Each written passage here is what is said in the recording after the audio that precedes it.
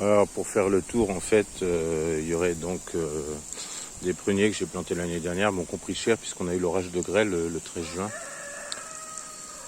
Donc, à mon avis, c'est à tailler pour un meilleur rendement, pour voilà, enfin bref. Donc, il y a ce prunier là qui est des Mirabelles. Il y a celui-là, c'est Reine Claude. Alors, exactement, je ne sais plus. Là, il en reste plus qu'une, hein, puisqu'il y en avait plusieurs, mais avec la grêle, tout est tombé. Après, j'ai des petits pêchers qu'on m'a donnés, mais je pense que tout a la maladie, de toute façon. Je pense qu'ils ont la maladie. Je sais même pas si ça vaudra le coup de les tailler.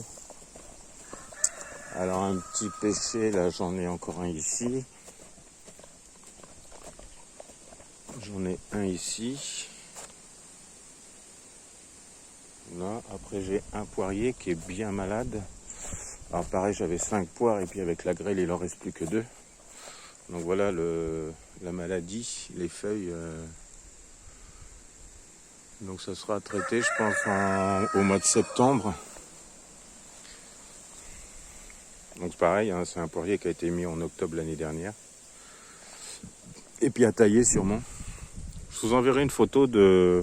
Je sais pas si vous voyez, quand on revient du Ham, quand on va sur Cherchigny, on traverse la nationale 12 et il y a des poiriers là qui sont bien taillés en entonnoir.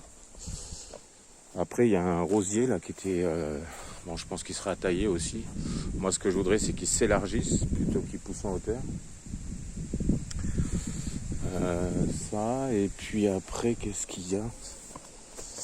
Après, oh oui, j'ai un framboisier là qui pousse en hauteur.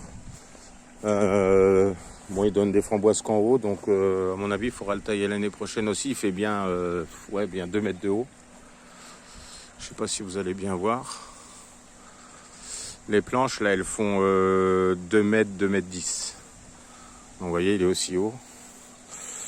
Après, donc là, il y a, c'est quoi? Bon, des géraniums, il n'y a pas besoin. Là, j'ai un arbre, je sais plus c'est quoi.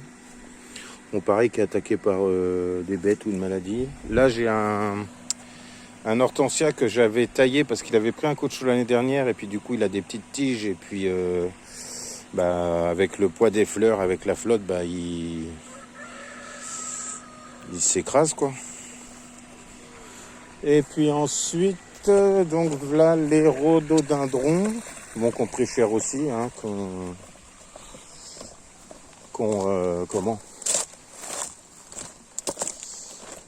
a eu des feuilles de cassé, des tiges de cassé. Donc je sais pas si on pourrait faire qu'un rhododendron refasse des tiges d'en bas, là, je sais pas. Qu'il fasse plus de tiges, un peu comme celui-là. Vous voyez? Un peu comme celui-là, qu'on a plusieurs. Celui-là, pareil, si on pouvait l'embellir un peu, quoi.